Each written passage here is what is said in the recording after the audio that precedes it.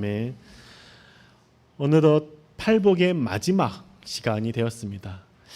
하나님의 그 사랑과 은혜가 팔복을 듣고 그 팔복을 따라 살아가기로 결단하시는 모든 분들에게 가득하시기를 주님의 이름으로 축복합니다.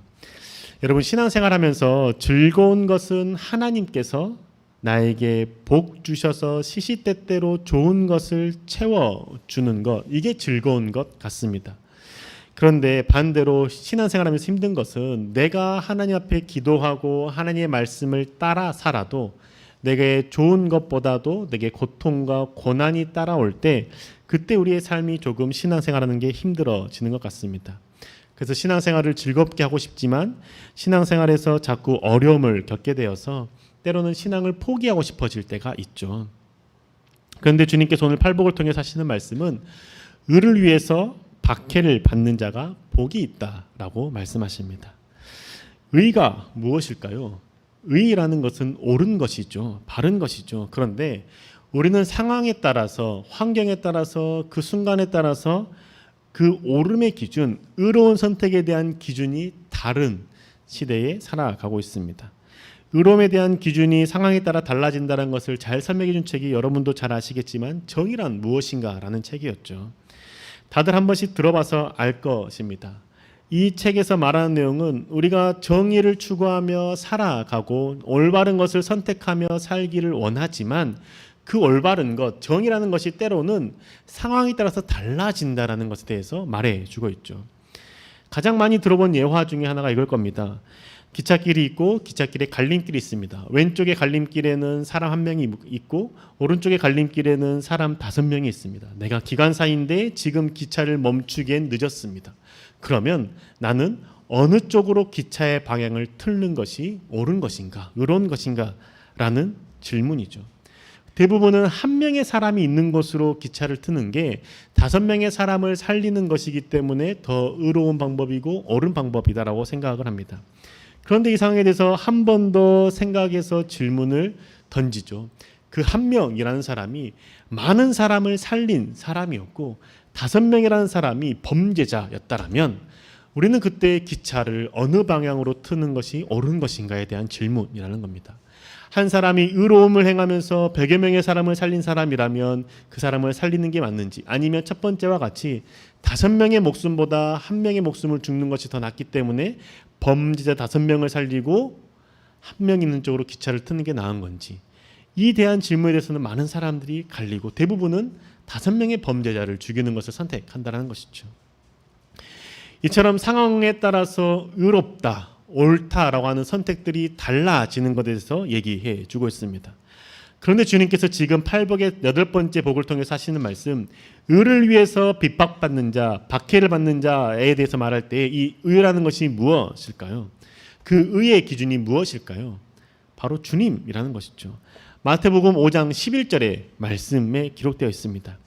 나로 말미암아 너희를 욕하고 박해하고 거짓으로 너희를 거슬러 모든 악한 말을 할 때에는 너희에게 복이 있나니. 아멘.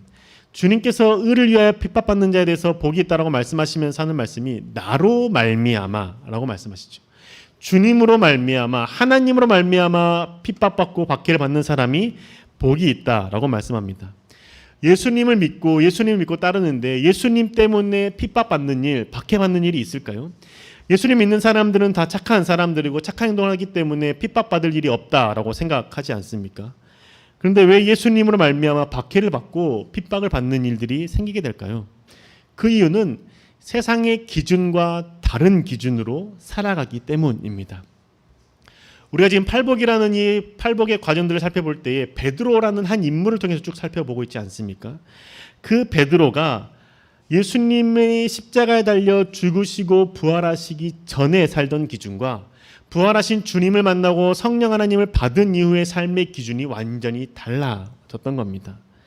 베드로는 십자가에 달려 죽으신 예수 그리스도가 부활하신 뒤로는 삶의 기준이 주님께 있게 되었던 것이죠. 그 전까지는 예수님을 따랐던 이유, 예수님과 함께하면 예수님이 왕이 되실 것이고 다윗의 계통을 이으시는 왕이 되어서 높은 자리에 앉게 되면 내가 한 자리를 차지하게 되고 명예를 차지할 것에 대한 기대감으로 예수를 따랐습니다.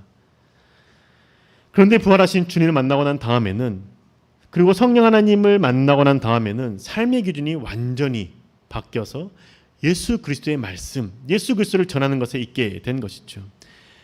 일어서지 못하는 안진뱅이를 고치고 난 다음에, 그리고 다비다를 살렸을 때에 이전 같으면 자신이 행했다라고 생각하며 자신을 경배하는 것을 기뻐했을 겁니다. 자신을 높여주는 것에 대해서 즐거워했을 겁니다. 때로는 그것을 통해서 돈을 벌었을 겁니다. 그런데 이제는 그렇게 행하지 않게 되었다는 것이죠. 안진뱅이를 불쌍히 여겨서 예수 그리스도 이름으로 일어서게 한 후에 이 안진뱅이 일어난 것은 내 능력이 아니라 예수 그리스도께서 일어나게 하셨다라고 선포하는 것이죠. 죽은 다비다를 다시 살린 다음에 그 베드로를 초청하려고 하는 그 많은 사람들 중에서 베드로가 선택한 사람은 귀족이나 돈 많은 부자가 아니라 많은 유대인들이 회피하고 가까이 하고 싶어 하지 않는 시체의 가죽으로 허리띠나 신발을 만드는 무두장의 집을 선택했다는 겁니다. 그리고 그뿐만 아니라 예수 그리스도의 부활하심을 경험하기 전에는 동적이었지만 그 다른 혼혈이 되어서 사마리아 지역에 살게 된 사마리아 사람하고도 대화하지 않았던 베드로가 우리나라를 침략하고 통치하고 있는 로마의 군대 장관 백부장의 집에 들어가서 함께 먹고 마시고 유숙하게 하는, 함께 숙박하는 그 상황에까지 이르게 되었다라는 것이죠. 베드로가 살아가는 그 삶의 기준이 돈이나 권력이나 명예에 있었던 것에서 완전히 예수 그리스도로 바뀌어 버렸던 것이죠. 그런데 이 모습을 보는 게 유대인들이 싫었던 겁니다. 유대인들의 시선에 베드로가 예수님을 기준에 두고 살아가는 모습이 보기 싫었던 것이죠. 왜냐하면 같은 하나님을 믿는 것 같은데 자신의 모습과 너무 다른 베드로의 모습이 불편했기 때문입니다.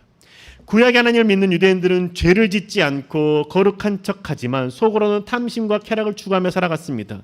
그래서 부와 장수를 누릴 수만 있다면 말씀을 왜곡해서라도, 하나님 주신 그 말씀을 왜곡해서라도 자신의 부와 장수를 누리는 것을 선택했습니다. 그리고 권력을 쥐고 잘 먹고 잘 살면 하나님이 주신 복이다라고 선포했던 것이죠. 그런데 구약의 하나님을 믿고 있는 베드로, 예수 그리스도를 믿는 베드로는 오히려 죄인과 어울리면서 섬기며 사랑하는 모습을 보여주고 있습니다. 병을 고치고 사람을 살리는 능력이 있지만 그것을 자랑하며 높임받는 것이 아니라 오히려 낮은 자에게 찾아가서 그들과 함께 섬기며 그들을 사랑하는 삶을 살아가는 것이죠.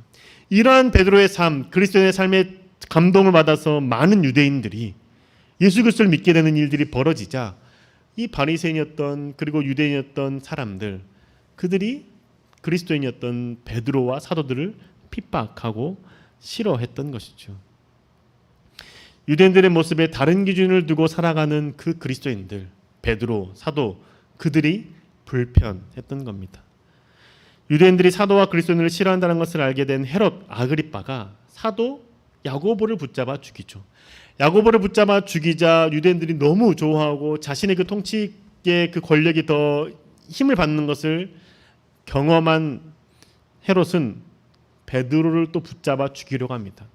그런데 내일이면 죽게 될 베드로의 목숨을 누가 살려줬습니까? 천사가 베드로에게 찾아와서 베드로가 갇혔던 감옥 가운데 찾아와 깨우고 그리고 감옥 밖으로 끌어내서 살게 했죠.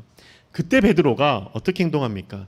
자신을 위해서 기도해줬던 많은 사람들이 모였던 마가의 다락방에 있는 자들에게 가서 내가 살아났다라고 말하고 베드로는 유유히 다른 곳으로 이동합니다.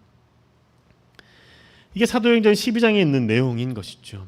베드로가 이렇게 다른 곳으로 이동한 다음에 더 이상 사도행전에 베드로의 모습은 등장하지 않습니다. 어쩌면 죽음이 두려워서 다른 지역으로 넘어가서 잠시 피신했을지도 모릅니다. 이렇게 생각하는 이유 중에 하나는 무엇이냐면 베드로에 대한 전승에 따르면 박해가 극심한 그 시대에 베드로는 그 박해를 피해서 로마에서 빠져나가는 일에 있었던 경험했던 일이 전승으로 전해지고 있습니다. 베드로가 성도들의 권면에 따라서 이 로마를 빠져나오고 로마에서 나아가고 있는데 환상 가운데 로마로 들어가는 예수님을 보게 된 것이죠. 그때 베드로가 예수님께 묻습니다. 예수님, 어디로 가십니까? 라고 질문하죠. 그때 예수님께서 하신 대답은 로마에 있는 내 양들을 먹이러 간다 라고 대답합니다.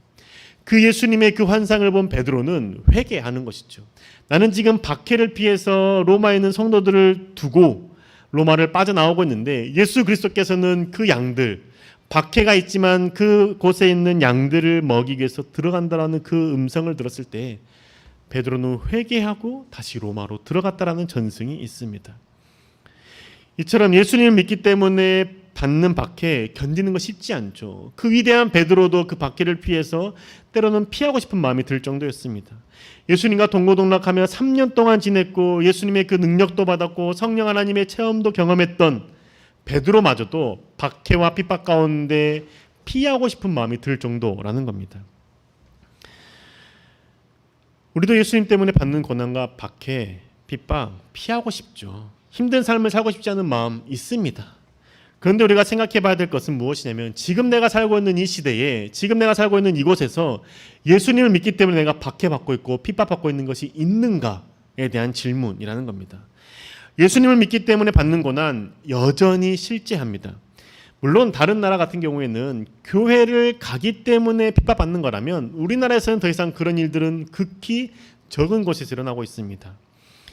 그런데 그럼에도 불구하고 지금 예수를 믿기 때문에 핍박과 박해, 조롱을 받는 것을 있는 이유는 무엇이냐면 예수님이 가르쳐 주신 말씀대로 살려고 할 때에 그 말씀의 기준을 두고 살려고 할 때에 조롱당하고 핍박당하거나 외면당한다는 겁니다.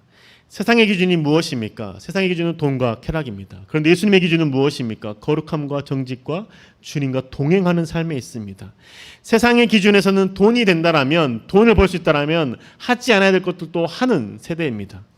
수년 전부터 내 몸의 주인은 나이기 때문에 내 몸을 팔아서 돈을 버는 것 괜찮게 여기는 세상입니다. 그래서 여성 같은 경우에는 자신의 성을 팔아서 돈을 벌기도 하죠. 그리고 클럽이나 거리에서 만나서 사람들과 하룻밤 만에 잠을 자는 것, 그것도 성주체성이 나에게 있기 때문에 괜찮다라고 얘기합니다. 또는 인터넷 강의를 통해서 강의를 듣는데, 강의를 듣는데 한 계정당 한 사람이 들을 수밖에 없게 이야기를 하지만 그 계정을 들을 때 많은 사람들이 공유해서 듣습니다. 왜? 돈을 아낄 수 있기 때문입니다.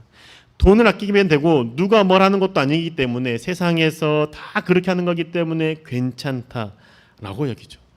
또는 현금으로 결제하면 10% 할인해 준다는 그 말에 현금으로 결제하고 10% 할인 받으면 이득이라고 생각합니다. 그런데 현금 결제 금액과 카드 결제금이 다른 것은 엄연한 불법입니다. 세상 사람들이처럼 돈을 아끼거나 쾌락을 누리면 괜찮다라고 얘기하며 살아갑니다. 다들 그렇게 살아갑니다. 그런데 내가 예수 그리스도를 믿기 때문에 그 내 삶의 기준이 돈을 좀 더 벌고 아끼는 것에 있는 것이 아니라 내 쾌락을 누리는 것에 있는 것이 아니라 하나님의 말씀에 따라고 생각하는 사람은 이러한 삶을 살 수 없다라는 것이죠. 하나님의 말씀에 기준을 두고 사는 사람은 세상의 기준과 다른 삶을 살게 됩니다.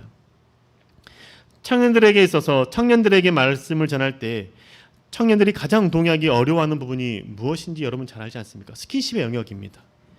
그래서 사귀는 관계, 서로 관계를 하는 것에 있어서 하나님이 원하시지 않는 관계를 갖지 않는 것, 동침하지 않는 것, 주님께서 말씀하시지만 그 말씀이 정말 지금 시대에 맞나라고 의문점을 갖는다라는 것이죠. 연인 사이에서도 불구하고 관계를 가지지 않는다고 하면 이상한 취급당하는 게 요즘 세대입니다. 제가 말씀드리는 것은 결혼한 후에만 관계를 가지라고 말씀하는 그런 원론적인 율법에 해석되는 것에 대해서 말씀드리는 게 아닙니다. 성경에서 말씀하기를 남자와 여자가 부모를 떠나 둘이 동침함으로 한 몸을 이룬다라고 말씀하시죠. 그 성의 주체성은 나에게 있는 것이 아니라 나와 함께 살아가는 배우자에게도 공동적으로 주어지는 겁니다. 그렇기 때문에 배우자가 동의하는 관계 내에서만 관계를 가질 수 있는 게 성경의 가르침이라는 것이죠. 그러니 결혼한 후에 관계를 갖는 것이 어렵다라면 서로가 결혼할 마음과 결단이 있을 때에만, 그리고 이 행동에 대해서 책임지고 그 행위를 통해서 나오는 그 모든 결과나 그 관계에 대해서 결단하고 결혼할 마음이 있을 때, 서로가 그 결단이 있을 때만 가능한 것이 아닐까요? 우린 이러한 기준을 갖고 살아간다면 조롱당합니다. 지금 이 시대가 어느 때인데 그렇게 말씀하십니까? 라고 말하죠. 그런데 그래서 어떤 사람들은 관계를 갖지 않았음에도 불구하고 그게 싫어서 관계를 가졌다라고 말하는 사람들도 있다라는 겁니다. 하나님의 말씀을 따라 기준을 두고 살아갈 때 우리는 세상 사람들과 반드시 다른 기준으로 살아갈 수밖에 없습니다. 구별된 삶을 살아갈 때 사람들에게 대접받고 인정받고 사랑받는다는 것에 대해서 포기하고 하나님의 말씀을 따라 살겠다고 결단할 때 우리는 세상 사람들에게 조롱당할 수밖에 없는 것이죠. 그런데 여러분, 의를 위해서 핍박받는 자가 복이 있다라고 말합니다. 그러면 그 옳음, 이 하나님의 기준을 지키며 살아가는 것이 이처럼 그냥 내가 거룩한 것을 지키는 것에만 제한되어 있는 걸까요? 그렇지 않습니다. 의를 위해서 핍박받는 사람들이 누리는 복이 무엇입니까?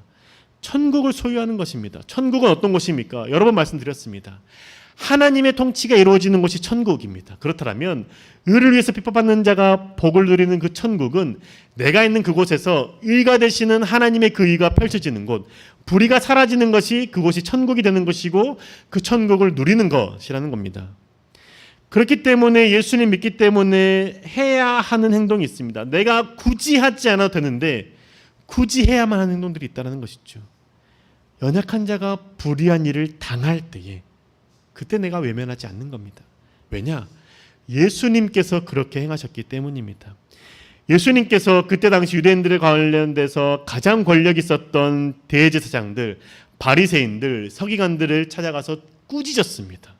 질책했습니다. 그리고 그 결과 어떻게 됐습니까? 십자가에 달려 죽으셨다는 것이죠. 유대인의 사회에서 바리새인은 권력자였습니다. 제사장들도 마찬가지였습니다. 사내들인 공의원의 구소원이었습니다. 주님은 자신이 그들을 질책하고 비난하고 그들의 잘못된 행동에 대해서 책망할 때 고난받는 것 아셨습니다. 고난받는 것을 두려워하지 않았습니다. 그래서 대제사장의 신문에 서서 신문을 당할 때에도 거짓말하지 않고 정정당당하게 정직함을 통해서 말했고 그들의 잘못된 권력에 이르는 것에 대해서 주님께서는 꾸짖으셨다는 것이죠. 예수님은 자신을 죽일 수 있는 권한과 권력과 힘을 가지고 있는 바리새인 제사장들, 서기관들에게 꾸짖는 것 머뭇거리지 않았습니다. 이렇게 하신 이유는 무엇이었습니까? 하나님의 나라를 세우기 위해서였습니다. 예수님께서 오자마자 전했던 가장 큰 복음, 가장 첫 번째 복음은 회개하라 천국이 가까이 왔느니라 였다는 것이죠.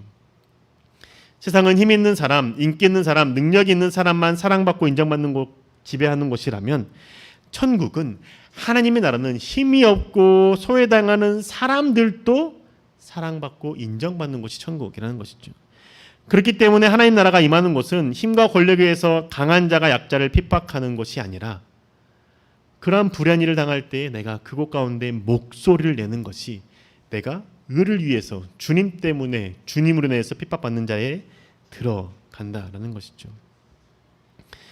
여러분, 하나님 앞에서 평등하지 않다라고 여겨지고 다른 사람이 자신의 권력을 쟁취하고 자신의 부를 이루기 위해서 다른 사람을 수단으로 이용하고 착취하는 그 모습을 볼 때에 내가 그 사람에게 가서 바른 말을 할 수 있을까요?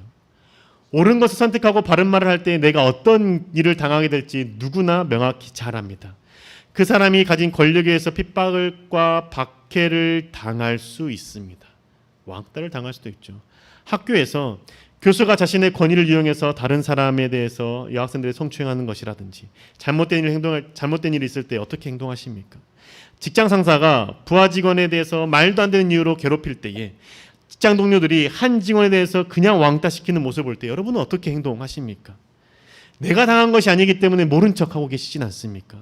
내가 괜히 나섰다가 내가 찍히고 내가 어려움을 당하기 때문에 그곳에서 한 발 물러서진 않습니까?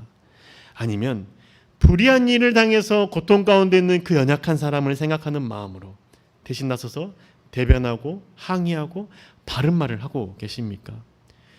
우리는 옳은 길을 선택할 때에 그 괴롭힘을 당하는 자의 목소리를 낼 수 있어야 그리스도의 마음으로 이 땅을 살아가는 자이고 의를 위해서 핍박받는 것을 선택하며 살아가는 자라는 겁니다. 그런데 이렇게 의를 위해서 핍박받는 삶을 살아갈 때에 그렇게 결단할 때 한 가지 구분해야 되는 것이 한 가지 있습니다. 뭐냐 하면 화평케 하는 자가 되기 위해서 받는 고난과 핍박과 의를 위해서 핍박받는 것, 고난받는 것에 대해서 구분하는 겁니다. 화평케 되는 자가 되기 위해서 이 의를 핍박받는 자가 되기 전 단계가 무엇이었습니까? 화평케 하는 자였습니다. 화평케 하는 자가 받는 고난과 핍박 무엇입니까? 나를 원수처럼 대하는 사람, 나를 힘들게 하고 나를 아무 이유 없이 나를 괴롭히는 사람, 그 사람에 대해서 그 사람을 사랑하고 섬기기로 결정하는 것이 화평케 하는 사람이었습니다. 그때 나에게 그렇게 불의한 일을 행하는 사람에 대해서도 내가 주님의 마음으로 사랑해야지라고 묵묵히 견디고 사랑을 행하며 실천하는 것, 그게 화평케 하는 자로서 받는 고난인 것이죠. 그런데 의를 위해서 받는 고난은 그것과 다릅니다. 내가 당하는 게 아니라 다른 사람이 당하는 것을 볼 때, 권력자로 인해서 힘없는 사람이 당한 것을 볼 때에 내가 굳이 나서지 않아도 되는데 내가 그 상황 가운데 들어가서 그 힘을 통해서, 권력을 통해서 다른 사람을 불의한 일을 행하는 그 사람에게 바른 말을 하고 옳은 소리를 하는 것, 그로 해서 받는 핍박과 고통이 의를 위해서 받는 핍박과 고통이라는 거죠. 하나님께서는 주님 때문에, 주님이 그렇게 하셨기 때문에 의를 위해서 핍박받고 고통을 받으라라고 말씀하십니다. 그런데 세상은 그렇게 하지 말라라고 말하죠. 네가 왜 나서니? 네가 왜 고통받니? 네가 뭐하러 그렇게 하니? 라고 말합니다. 그래봤자 네만 손해야 세상 바뀌지 않아 라고 말하는 것이 세상입니다. 네 몸을 챙기는 게 맞는 거야 라고 말합니다. 하지만 주님께서는 그렇게 말씀하지 않습니다. 그럼에도 불구하고 네가 그 연약한 자를 사랑하는 마음, 하나님께서 그곳 가운데 있는 그 연약한 자를 향하는 그 마음을 가지고 네가 대신해서 목소리를 해야 되지 않겠니? 라고 말씀하는 것이죠. 세상이 우리에게 가르쳐 주시는 기준은 내가 아니면 괜찮다입니다. 그런데 주님께서 우리에게 가르쳐 주시는 기준은 그 사람이 아니어야 되고 네가 대신 고난받아야 된다라는 것이죠. 그 사람을 그 고통 가운데서 건져내기 위해서 내가 그 바른 소리 했을 때 받을 수밖에 없는 그 핍박, 알매도 불구하고 그것을 선택하며 살라라고 말씀하는 겁니다. 우리는 주님을 믿는 사람입니다. 이 팔복의 8단계 단계를 갈 때 우리는 이 의를 위해서 핍박받는 단계에까지 이르러야 한다라는 것이죠. 물론 그리스도를 기준으로 살아갈 때 고난당하는 것, 내가 당하지 않아도 되는 그 핍박을 당하는 것 너무 힘듭니다. 어렵습니다. 고난이 따릅니다. 조롱당하기도 합니다. 그런데 주님으로 인하여서 고난받는 것, 부끄러운 일이 아니라 오히려 영광스러운 일이라고 사도 베드로는 우리 가운데 가르쳐 줍니다. 아까 베드로가 어떤 상태였습니까? 베드로는 고난받는 것을 두려워해서 잠시 로마를 피하려고 했던 사람이었습니다. 그런데 주님께서 로마로 들어가는 환상을 보고, 그래, 내 양을 내가 버리면 안 되지. 그 황제의 바퀴가 있다고 해서 내가 그것을 피하면 안 되지. 내가 목소리를 내고 내가 그 성도들을 위로해야지라고 로마로 들어갔습니다. 그리고 나서 베드로가 쓴 책이 무엇이냐면 베드로전서입니다. 베드로전서는 핍박받고 고난받고 있는 성도들에게 베드로가 전하는 위로의 서신서라는 겁니다. 그때 베드로가 뭐라고 말합니까? 베드로전서 4장 13절과 14절의 말씀입니다. 오히려 너희가 그리스도의 고난에 참여하는 것으로 즐거워하라. 이는 그의 영광을 나타내실 때에 너희로 즐거워하고 기뻐하게 하려 함이라. 너희가 그리스도의 이름으로 치욕을 당하면 복 있는 자로다. 영광의 영, 곧 하나님의 영이 너희에 계심이라. 아멘. 그리스도의 고난에 참여하는 것으로 즐거워하라라고 베드로는 가르쳐 주는 것이죠. 고난을 피하려고 했던 베드로가 다시 고난 가운데 들어왔었던 고백입니다. 최고의 권력을 지닌 로마 황제와 핍박과 박해를 두려워해서 그리스도를 버리지 않는 것, 그게 즐거움이 돼야 된다라는 겁니다. 왜냐하면 그리스도인으로 고난받을 때에 하나님께 영광 돌리는 자가 되기 때문이라는 겁니다. 베드로전서 4장 16절의 말씀입니다. 만일 그리스도인으로 고난을 받으면 부끄러워하지 말고 도리어 그 이름으로 하나님께 영광을 돌리라. 베드로가 끊임없이 고백하죠. 권면하죠. 너 고난받는 거 부끄러워하지 마. 네가 그렇게 다른 사람과 다른 기준으로 살아가면서 다른 사람들이 조롱하는 것, 그러지 않아도 괜찮다고 말하는 그 삶 가운데 살아가는 것, 부끄러운 것 아니고 쑥스러운 것 아니고 잘못 사는 삶 아니야. 오히려 그리스도의 영광, 하나님께 영광 돌리는 삶이야라고 가르쳐 주는 것이죠. 팔복의 마지막 단계는 주님을 믿는 삶을 살아감으로 내가 기꺼이 고난과 조롱과 핍박받는 자리로 들어가는 겁니다. 우리도 팔복의 마지막 단계인 주님으로 인하여 고난받는 삶을 사는 수준에까지 이르러야 하는 것이죠. 주님을 믿는 삶을 살아갈 때 이 팔복의 마지막 단계에 이르는 것에 대해서 두려워하지 맙시다. 부끄러워하지 맙시다. 하나님께서 그 삶 가운데 반드시 영광스럽게 해주실 것이고 하나님께서 반드시 함께 하심으로 하나님의 그 크신 은혜를 경험케 해주실 겁니다. 사랑하는 여러분, 하나님은 살아 계십니다. 하나님의 말씀에 기준을 두고 살아가는 자에게 하나님께서는 반드시 그 하나님의 살아계심을 나타내시고 보여주십니다. 하나님의 채우심과 인도하심으로 역사하실 겁니다. 그러니 우리 사람을 두려워해서 세상의 기준을 따라 사는 삶을 선택하지 말고 반드시 살아계시고 역사하심 우리 가운데 함께 하시는 그 하나님을 신뢰함으로 그리스도의 기준을 두고 살아가는 삶을 살아갑시다. 저도 이제부터는 그러한 삶을 살기로 결단했습니다. 지난주에도 고백했지만 이제는 사람에게 사랑받는 삶, 사람에게 인정받는 삶을 살기를 선택하지 않기로 했습니다. 그래서 여러분과 신앙의 상담을 나누거나 이야기를 할 때 때로는 여러분이 납득하지 못할 세상의 기준과 조금 이상한 것처럼 보이는 것을 제가 이야기할 때도 있을 겁니다. 고구마처럼 답답할 때가 있을 겁니다. 꼰대처럼 여겨질 때도 있을 겁니다. 여러분에게 제가 사랑받고 여러분에게 인기 있는 목회자가 되는 것보다 내가 조금 욕을 먹더라도 내가 조금 여러분에게 조금 싫은 소리 듣더라도 하나님이 원하시는 것이 무엇인지에 대해서는 말하고 가르치고 그 기준을 사는 삶의 예담교회 청년부가 되기를 원한다는 것이죠. 그래서 여러분에게 오늘 또 그 스킨십에 대해서 얘기하는 겁니다. 목회자로서 여러분에게 그렇게 얘기하는 것 쉽지 않습니다. 왜냐하면 싫어하는 것 알고 때로는 듣기 싫어하는 것도 알기 때문인 것이죠. 그런데 하나님이 원하시는 것이 무엇인지는 생각해 보자라는 겁니다. 여러분 우리 하나님의 말씀에 기준을 두고 살아갑시다. 세상에서 인정받는 것 그때는 잠깐입니다. 하지만 하나님께서는 영원히 살아계시는 분이시고 영원히 우리 가운데 생명을 주시는 분이 하나님이시기 때문에 그 살아계신 하나님의 말씀에 기준을 둠으로써 하나님께 영광 돌리고 그 그리스도 안에서 고난받는 것을 즐거워하며 살아가는 저와 여러분 되시길 주의 이름으로 축복합니다. 함께 시간 찬양하기 원하는데요. 찬양팀은 나와서 준비해 주시길 바랍니다. 여러분 우리 고난, 수고당하는 것 어렵죠. 굳이 그렇게 해야 되나? 라는 생각이 들죠. 그런데 주님께서는 말씀하시죠. 굳이 그렇게 해야 된다라고 말씀합니다. 그렇게까지 해야 됩니까? 라고 질문할 때 그게 시작이다 라고 말씀하시는 분이 하나님이십니다. 여러분 의를 위해서 그리스도로 인하여서 우리 핍박받는 그 자리에 들어갑시다. 그게 주님께서 원하시기 때문이죠. 이 시간에 하나님을 경외하는 마음으로 다 함께 일어나셔서 결단하며 찬양합시다.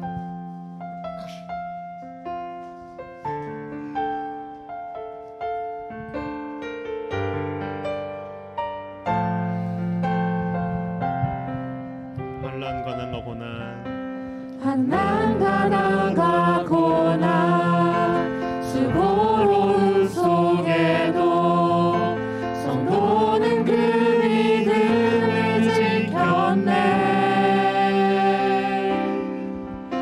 주를 섬기는 일에 자신을 다드리며 진리의 말씀과 성령으로 그 길을 다시 한번 고백합시다. 환난과 난가고나 수고로움 속에도 성도는 그 믿음을 지켰네. 주를 섬기는 일에 자신을 다드리며 진리의 말씀과 성령으로 그 길을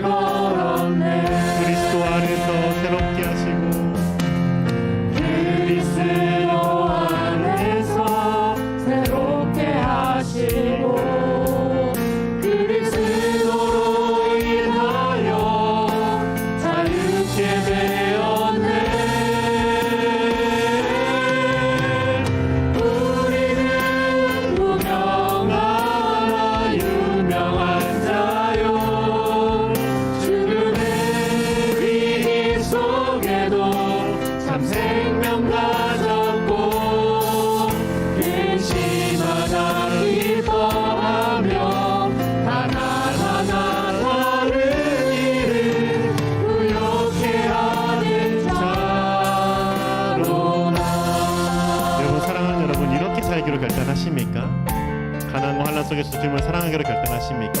그 고백으로 다시 한번 고백합시다. 가난과 환난과 강과고난 수고로움 속에도 성도는 그 믿음을 지켰네. 주를 섬기는 일에 자신을 다 드리며 진리의 말씀과 생명으로 그 길을 걸었네. 그리스도 안에서 새롭게 하시고 그리스도로 인하여 자유케 되었네.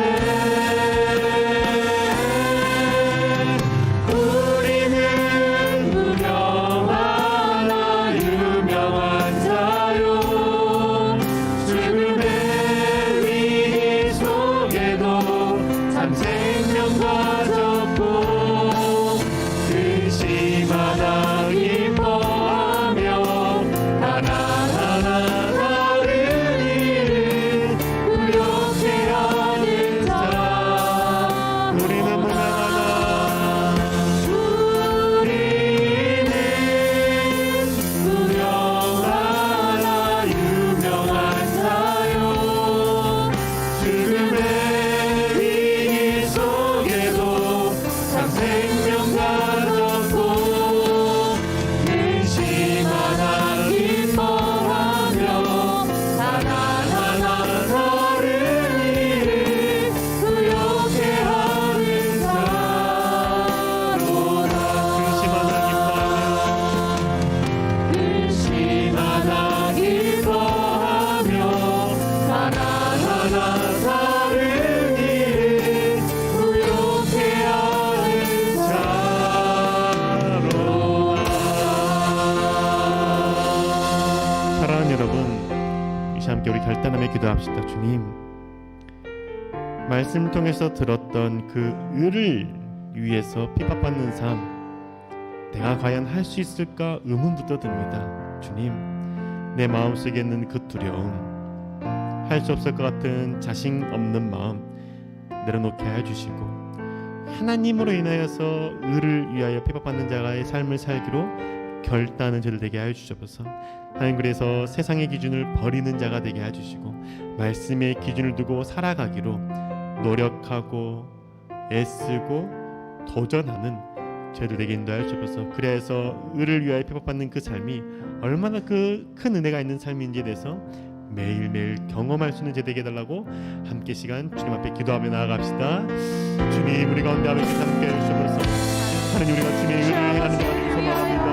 두려워하지 않게 해주셔서, 머뭇거리지 않게 해주셔서, 주님 낭망하지 않게 해주셔서, 가지하지 않게 해주셔서, 주님 주의 은혜를 보며 나아가오니 아버지께서 함께 해주시옵시고 주의 사랑 안에 머무르게 인도하여 주시옵시고 쉽게 들어지게 해주시옵시고 오직 예수 그리스도의 그 보혈로 덮어주시옵소서.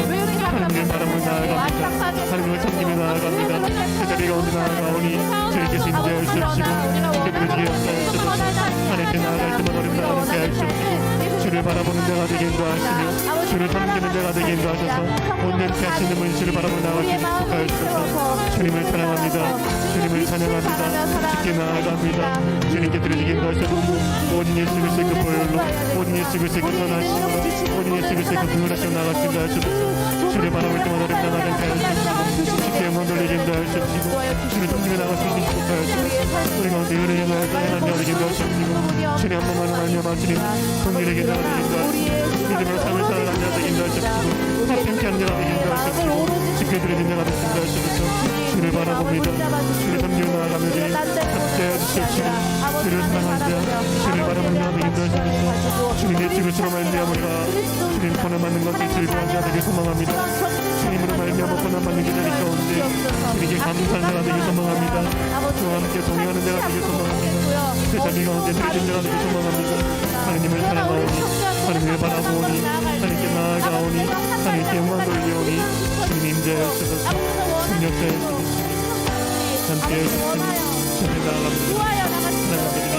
기도하는 때에 주님 응답하여 주시고 간구할 때 주셨사여 주소서. 주님을 사랑하오니 그 가운데 좌정하여 우리 길을 응답하여 함께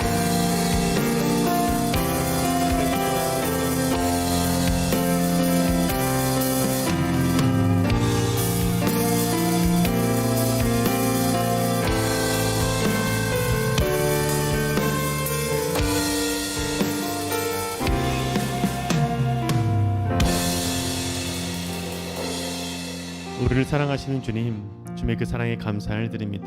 하나님, 팔복의 단계들을 배웠습니다. 심령이 가난한 자부터 의를 위해 핍박받는 자까지 그 단계가 어떤 단계인지 베드로의 삶을 통해서 또한 함께 살펴봤습니다.